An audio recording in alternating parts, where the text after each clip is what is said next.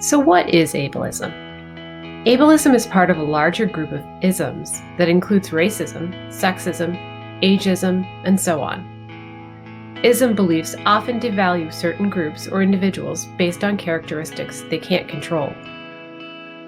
Ableism is a learned belief that people with typical abilities are superior to those with physical or cognitive disabilities. When we see ableism around us, it appears as a prejudice toward people with disabilities. It can be demonstrated consciously or unconsciously through words and actions. Language is one of the most powerful ways we connect with each other. Unfortunately, ableism shows up in our language all the time. You've probably heard of social media campaigns that ask people to stop using the R word. The R word, or retarded, was once a legitimate medical term to describe people with cognitive disabilities. But over time, people began using this word to describe all kinds of bad things. The result was that the R word became associated with being bad or wrong. Using the R word today is not only ableist, it's considered hate speech. Euphemisms are another way that ableism shows up in our language. A euphemism is a word or expression that is substituted for something else that is considered too harsh, blunt, or embarrassing. Imagine how you might feel if something about you was so bad or embarrassing that others felt ashamed to even talk about it. Common disability euphemisms include differently abled, handicapable, mentally challenged, and special needs, just to name a few. Disability scholars and self-advocates label these terms as patronizing because they reinforce the belief that disability is an undesirable state. Instead of euphemisms, many self-advocates have voiced a preference for simply using the term disability or disabled. This term can be used with person-first language, for example, my sister is a person with a disability, or it can be used in identity-first language, as in, my sister is a disabled athlete.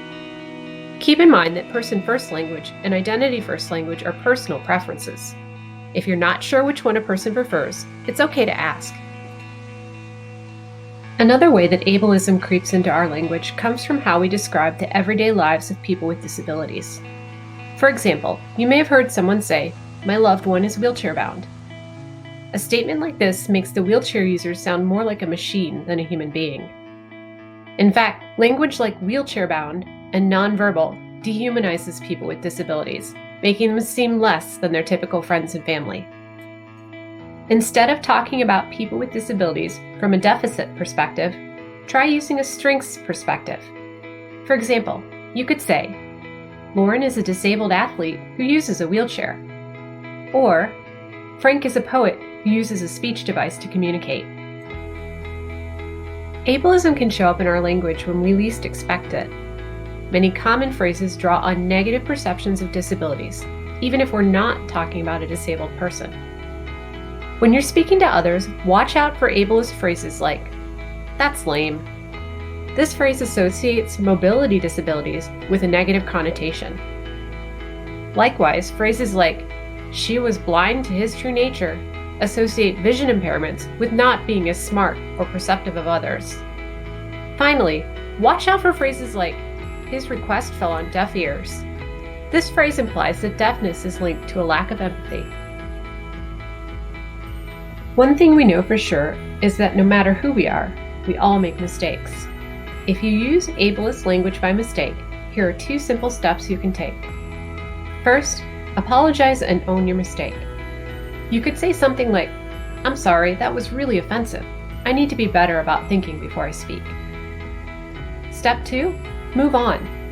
Rehashing the mistake or trying to cast blame just makes the whole thing more awkward and painful for everyone. In conclusion, ableism is based on a learned belief that typical people are naturally superior. Ableism can show up in our actions and in our words. Ableist language can be openly hateful, result from euphemisms intended to mask our discomfort, or be completely accidental. Keep in mind that being an ally means calling out ableist speech when we hear it. It also means listening to people with disabilities to learn what language they prefer when describing themselves.